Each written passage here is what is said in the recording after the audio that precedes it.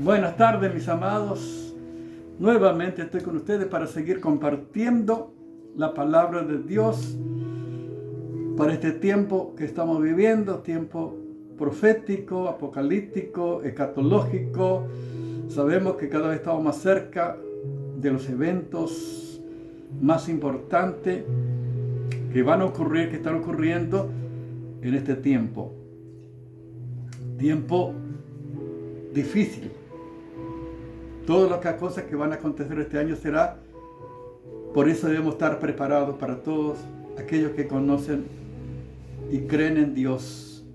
Tenemos que aferrarnos al Señor, porque dice la palabra, oiréis de guerra, rumores de guerra y rumores de guerra, pues no estorbéis, porque es necesario que todo esto acontezca, pero aún no es el fin, porque se levantará nación contra nación y reino contra reino.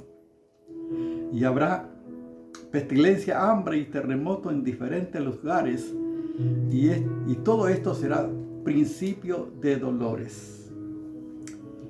Estamos viviendo rumores de guerra, pero todavía falta, porque dice se levantará nación contra nación, que será terrorífico. Está en la profecía bíblica, por eso son señales que nos están indicando que cada vez estamos más cerca de este evento glorioso que esperamos nosotros, el pronto regreso de Jesucristo. Nosotros amamos la venida de Jesús. Y el apóstol Pablo en 2 Timoteo 4, 7 y 8 dijo el apóstol Pablo: he peleado la buena batalla, he corrido la carrera, he guardado la fe, por lo demás me está guardado la corona de justicia, el cual el Señor Dios justo me dará en aquel día, y no solamente a mí, sino a todos los que aman su venida. La corona de justicia que está preparada para los que aman la venida del Señor Jesús. El apóstol Pablo amaba la venida como todos los apóstoles. Nosotros también amamos la venida de Jesús. Por eso debemos estar preparados constantemente, porque en cualquier momento puede ocurrir cosas que no sabemos. El Señor puede buscarnos, puede venir o puede llevarnos. Siempre tenemos que estar listos, preparados. Esto debe ser la realidad de todo cristiano. En todos los órdenes de la vida debemos estar siempre preparándonos. Nos preparamos desde que nos levantamos para hacer las cosas cotidianas. Sabemos las cosas que tenemos que hacer y nos preparamos para ello, nos vestimos, hacemos lo que tenemos que hacer. De igual manera también nos debemos preparar para conocer más al Señor, para tener ocasión de compartir la palabra de Dios en este tiempo que Él nos concede vivir. ¿Y de qué manera tenemos que estar en contacto con Él y en contacto con la palabra de Dios? Debemos deleitarnos en el Señor y deleitarnos en la palabra de Dios. Como dice el Salmo 37:4, deleítate a sí mismo en Jehová y Él te concederá la petición de tu corazón. Como dice el Salmo 112 también, que nos deleitamos en guardar sus mandamientos. Eso es importante. La vida de un cristiano ama al Señor y ama la palabra de Dios y vive en esta relación con Dios. Es natural, porque Él es nuestro Dios, Él es nuestro Padre, por lo tanto tenemos que tener una relación con Él de hijo a padre. Y lo hacemos a través de la oración. Pero estamos hablando acerca del propósito que Dios tiene para cada uno de nosotros. Y a través de la palabra de Dios, el libro de Efesios, estamos compartiendo, capítulo 4. Estamos viendo los maravillosos propósitos de Dios.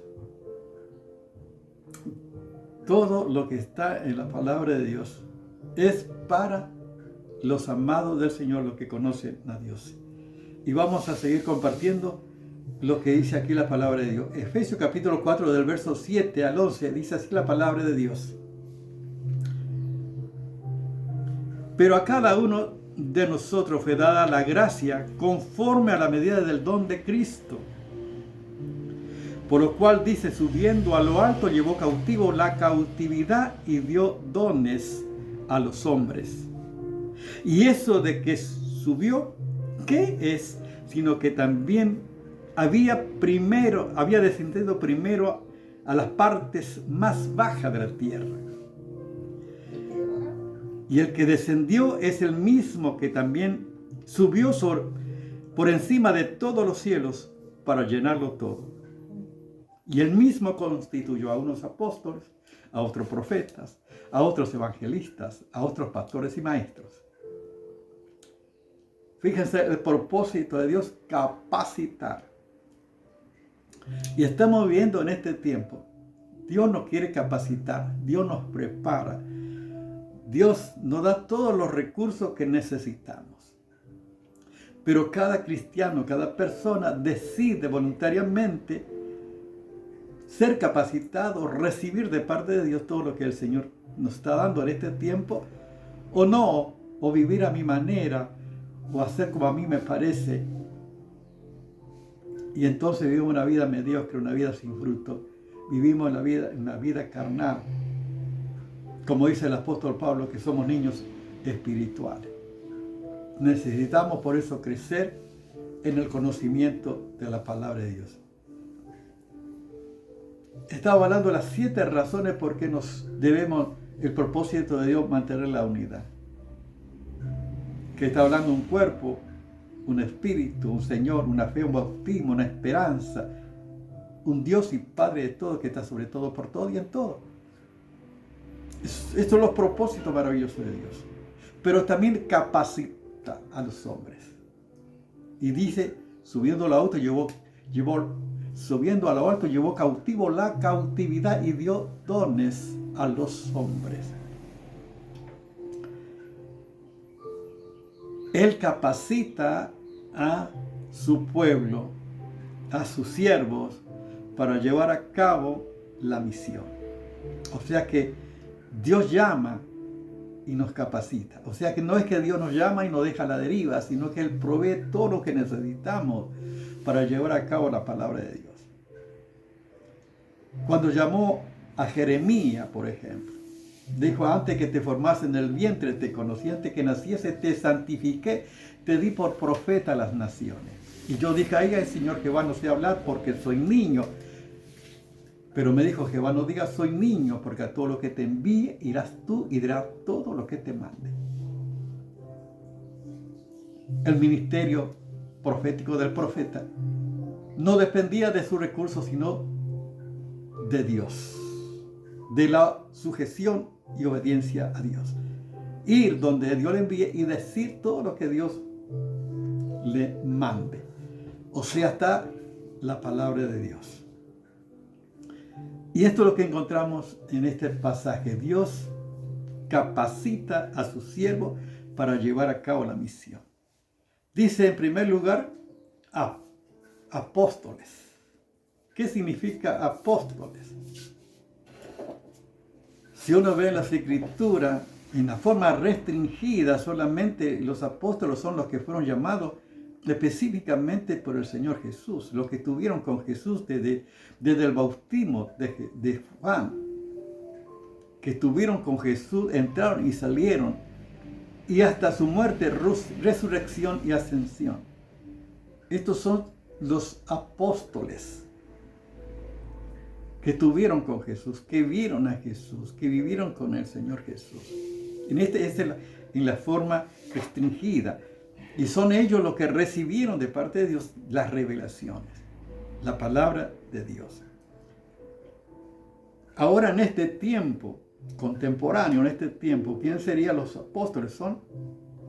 Serían los misioneros, los que son enviados. Podemos ver en Hechos capítulo 13, yo solamente menciono, porque ustedes pueden leerlo, el primer viaje misionero del apóstol Pablo. Allí comienza la tarea por el cual fue llamado por el Señor Jesús. Llevó a cabo la misión como apóstol. Llevó la tarea de misionar, de evangelizar, de plantar iglesia. Por eso podemos ver a través de toda la carta paulina que él va escribiendo a todas las iglesias que él formó en su ministerio apostólico, cuando fue llevado para llevar a cabo esta misión. Fue enviado por el Espíritu Santo en su primer viaje misionero, que va con Bernabé. Y si uno ve a través de todas las cartas paulinas, de todos los viajes de Pablo, él fue evangelizando y fue estableciendo líderes, pastores para cada iglesia. O sea, no se encerró en un lugar y convocaba a todos, sino que el reino de Dios se extendía. La misión era alcanzar a todas las naciones. Fíjense por todos los lugares donde el apóstol Pablo llevó la palabra de Dios. Este es el ministerio apostólico. Aunque Pablo no estuvo como los otros apóstoles, pero él tuvo un encuentro verdadero con el Cristo glorificado cuando iba camino a Damasco. Y podemos ver por todos los escritos que verdaderamente es el apóstol a los gentiles. Por eso en este tiempo, ¿cuáles serían? Para nosotros serían los misioneros que van a plantar iglesia, que van a evangelizar. Sería esto, para mi punto de vista, como el apóstol Pablo fue llevado a su primer viaje misionero, enviado por el Espíritu Santo. Ahora hay muchísimos apóstoles, muchos profetas. Yo no digo que no exista, sino uno debe tener con mucho temor. Yo prefiero decir que soy un siervo del Señor, que soy barro en la mano del Señor. Los títulos o lo que sea, bueno, lo que el Señor me ha dado, bueno, lo que Él me da yo puedo dar, pero yo no me siento bien diciendo que es. Yo prefiero decir que simplemente soy barro en su mano y estoy feliz de ser instrumento para llevar a cabo la misión. Fíjense qué importante el ministerio apostólico en las Escrituras. Eso vamos a estar viendo lo que dice la palabra. Pero también están los profetas. Existen los profetas todavía. En este tiempo existen los profetas. ¿Qué sería el ministerio profético? Es aquel que habla de parte de Dios la palabra de Dios. En un sentido, todo el que habla de parte de Dios es un profeta, porque está hablando la palabra de Dios. Siempre y cuando tenga una relación con Dios y tenga una intimidad con Dios y reciba de Dios la revelación de Dios, la palabra de Dios, para llevar a cabo la palabra de Dios. Llevar a cabo la misión profética, la palabra profética, que no depende de mí, sino de la palabra de Dios, de lo que está registrado en las Escrituras. Eso es lo que nosotros declaramos la palabra de Dios. El que profetiza, exhorta, consuela, edifica. Eso tiene que ver con la palabra profética. Aquel que edifica, que consuela, que restaura, que consuela, es el llevando a cabo el ministerio profético. Como dijo el apóstol Pablo en 1 Corintios capítulo 14, verso 3. Ahí está diciendo lo que es el ministerio profético. Pero si uno ve en el Antiguo Testamento, en los profetas del Antiguo Testamento, llevaban el propósito, era declarar la palabra de Dios para indicar la condición del pueblo de Dios y su relación con Él. Cómo estaba el pueblo delante de Dios. Y vemos que siempre los profetas confrontaban, ya sea a los reyes, a las autoridades del pueblo, con la finalidad de que el pueblo volviera nuevamente a Dios y siguiera a Dios, que se convirtiera de su malo camino. O sea, el profeta le mostraba la realidad de su corazón delante de Dios, con la finalidad de que el pueblo volviera a Dios. Siempre era para corregir, para prevenir inclusive las consecuencias de la desobediencia del pecado. Una y otra vez, Dios a través de los profetas hablaba a su pueblo. Podemos ver toda la historia del pueblo de Israel. Si uno ve, por ejemplo, menciona solamente el libro de Jeremías, capítulo 25, ahí dice el profeta, inclusive está diciendo al pueblo que por 23 años Dios estaba hablando a su pueblo, advirtiéndoles que se volvieran de sus malos caminos. Fíjense, por 23 años. Pero el pueblo no oyó la voz de Dios. Por tanto, Dios permitió que fueran llevados cautivos a Babilonia. Utilizó a Nabucodonosor, el rey de Babilonia, para llevar cautivo al pueblo de Israel. Dios permitió, Dios disciplina a su pueblo usando a veces a las naciones paganas con la finalidad de corrección, de disciplina, para que el pueblo vuelva a Dios. Podemos ver unas y otra vez en los reyes, podemos ver en los jueces. Si leen todo el libro de Jueces, ustedes van a ver una y otra vez el pueblo cuando se alejaba de Dios, clamaba a Dios. Dios enviaba un libertador, el pueblo volvía a Dios, pero nuevamente el pueblo se alejaba de Dios. Una y otra vez vivía de esta manera. El ministerio profético era confrontar al pueblo con su condición, con su realidad, para que el pueblo volviera a Dios y caminara en los caminos de Dios. Nunca Dios quiere disciplinar de esta manera que fueran llevados cautivos. Pero por causa del pecado, por causa de la desobediencia, Dios permitió, inclusive le dio por 70 años, iban a ser cautivos en Babilonia. Que después de 70 años, inclusive Dios lo visitaría y haría volver a su pueblo, a su tierra nuevamente. Esto es lo que es el profeta en el Antiguo Testamento. Pero hay reyes que inclusive tenían su propio profeta. Hay reyes que tenían profeta. Por ejemplo, para que ustedes vean, el rey Acab tenía 400 profetas. Es algo tremendo. Solamente para que ustedes veamos a leer una parte de lo que dice la palabra de Dios. Primera Reyes 22, 6 al 8, fíjense.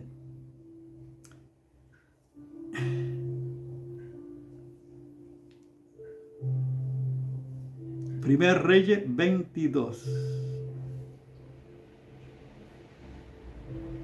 Y dice así: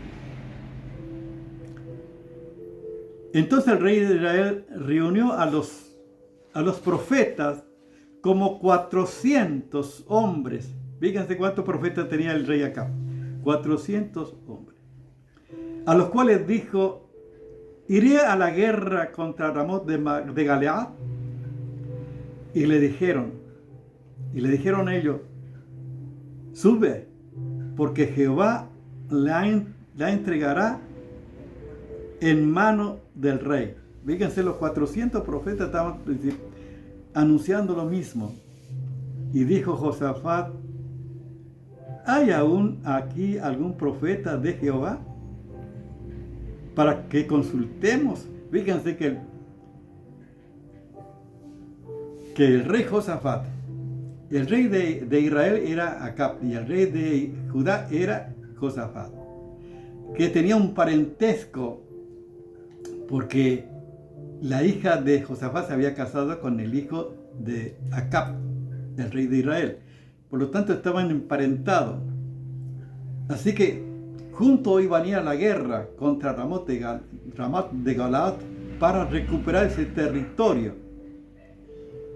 Y consultaron a los profetas de Acab. Fíjense cuántos profetas tenía Acab. 400. Pero Josafat no se fiaba. Josafat sabía que hay acá algún profeta de Jehová. Fíjense, estos 400 eran profetas, pero de Acab no eran profetas de Jehová. Y había uno, pero Acab no lo quería porque lo confrontaba con su realidad. Fíjense. Y el rey Israel respondió a Josafat: aún hay un varón por el cual podremos consultar a Jehová, Micaías, hijo de Imla. Mas yo le aborrezco, porque nunca me profetiza bien, sino solamente mal. Y Josafat dijo: no hable el rey así. Fíjense, hay reyes que tenían su propio profeta, pero Josafat sabía que no eran profetas de Dios, sino profetas del rey. El único profeta verdadero era Micaías. ¿Por qué estoy compartiendo este tiempo? Porque ¿cuántos profetas hay en este tiempo? Uno va a las reuniones, quiere escuchar palabra bonita, palabras que te digan que te va a ir bien, que nunca te confronta con tu realidad, que te dice que vas a prosperar, que vas a comprar un auto, que vas a tener todo, que te va a ir súper bien siempre. Yo no estoy en contra de, por supuesto, que Dios bendice a su pueblo, pero previamente Dios trabaja con sus hijos. Tiene que confrontar con su realidad. ¿Cuál es tu condición? ¿Cómo estás? Hay personas que no les gusta que le diga su condición, su pecado. Y hay mucho que, para que no se ofenda, se permite todo, es permisivo. Entonces, para que nadie se ofenda, bueno, todo va lo mismo. Entonces, ¿qué somos? ¿Somos profetas? No somos profetas de Dios, porque no confrontamos con la confrontación. No es condenación, no es sino para restaurar, para reconciliar. La finalidad siempre es para bien, para edificar. El ministerio profético es para edificar, restaurar, consolar. Esta es la misión. Pero ¿qué pasa? Que estos profetas que el rey tenía, por supuesto, le decían las cosas que él quería escuchar. Muchas veces queremos escuchar cosas bonitas, pero no queremos que Dios nos corrija, que Dios nos confronte con nuestra realidad. Que nos diga cómo está, cómo está tu corazón, cuál es tu relación. Dios quiere que estemos más en este tiempo profético, que estemos a cuenta con Dios y que estemos caminando, obedeciendo al Señor. Fíjense que dice la palabra. Y dice, y le dijo el rey de Israel a Josafat: ¿No te había yo dicho, ninguna cosa buena profetizará él acerca de mí, sino solamente el mal? Porque ustedes pueden leer todo el contexto, solamente yo menciono esto para dar énfasis de la importancia del ministerio profético. El profeta le estaba diciendo que el pueblo estaba descarriado, que no, como ovejas sin pastor. ¿Qué estaba indicando? Que iba a morir, Acab iba a morir, que no iba a volver. Si iba a la guerra, no iba a morir. Y ustedes van a ver todo lo que hizo, se disfrazó, le puso a Josafat como el rey, y todos perseguían a Josafat para matarlo, pensando que era el rey de Israel, porque el énfasis era solamente que mataran al rey de Israel. Pero una flecha que salió del enemigo hirió a Acab y murió en la guerra, o sea, como fue profetizado. Si hubiera hecho caso, no le hubiera pasado. Por eso, ¿qué queremos nosotros? ¿Escuchar la palabra de Dios? La palabra profética. Tenemos que hablar la palabra de Dios. Con amor, por supuesto, siempre para restaurar, para edificar y restaurar. Pero tenemos que confrontar con amor, con la verdad de Dios, con la palabra de Dios. Si no, seremos cómplices también del pecado. Tenemos que confrontar la realidad. Está también evangelista. Evangelista es la que tiene capacidad para la evangelización. Pastor y maestro. El pastor, si uno lee el Salmo 23, pueden ver la tarea del pastor, que es el que alimenta al rebaño, que cuida del rebaño, que cuida de sus ovejas, que está con ella para cuidarlo, para alimentarlo, que tiene un alimento balanceado y que le anima, que lo sostiene. Con tu vara y tu vallado me infundirán aliento. Adereza mesa delante de mí, presencia de mis angustiadores. O sea, el pastor está al cuidado de sus ovejas. Este es el ministerio pastoral, que tiene que ver con el amor, con el cuidado también de las ovejas. Y está el maestro que enseña la palabra. Todo esto son dones y capacidades. Por eso, y subiendo lo alto, llevó cautivo la cautividad y dio dones a los hombres. Dios capacita a su pueblo justamente para advertir, para corregir, para que el pueblo de Dios pueda adorar a Dios. O sea, fíjense qué importante el ministerio apostólico, el ministerio profético, el ministerio de evangelismo, el ministerio de educación cristiana, el ministerio pastoral. Es importante para la iglesia. Dios mismo, Él mismo constituyó. O sea que estos llamados no depende de que yo señale y yo ponga a alguien porque estoy en una... No, es Dios quien levanta, Dios es el que pone y el que llama a aquellos que ocuparán estos lugares. Él es el que constituyó, Él mismo constituyó. Y esto es importante. No es que yo pueda señalar con el dedo y pueda decir quién es y quién no es y quién puede ocupar ciertos lugares, sino que Dios, Él ha colocado en el cuerpo a cada uno como Él quiso.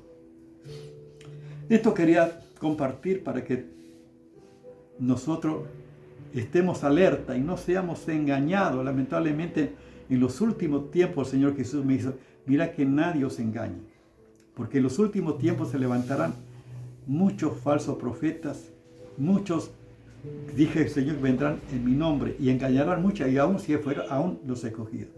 Así que para que tengamos cuidado y prestemos oído. Si todo lo que oyo es motivo, si es mensaje motivacional, mensaje para que yo esté bien, mensaje que me hable solamente de prosperidad, que me hable que yo voy a estar bien, o que me está confrontando con mi realidad, para que yo pueda crecer en la vida cristiana, que pueda madurar y que pueda agradar a Dios. Amén. Esto quería compartir para que estemos alerta, para que no seamos engañados.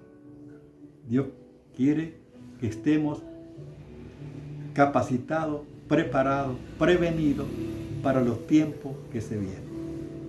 Oremos a Dios. Gracias, Padre, por tu palabra.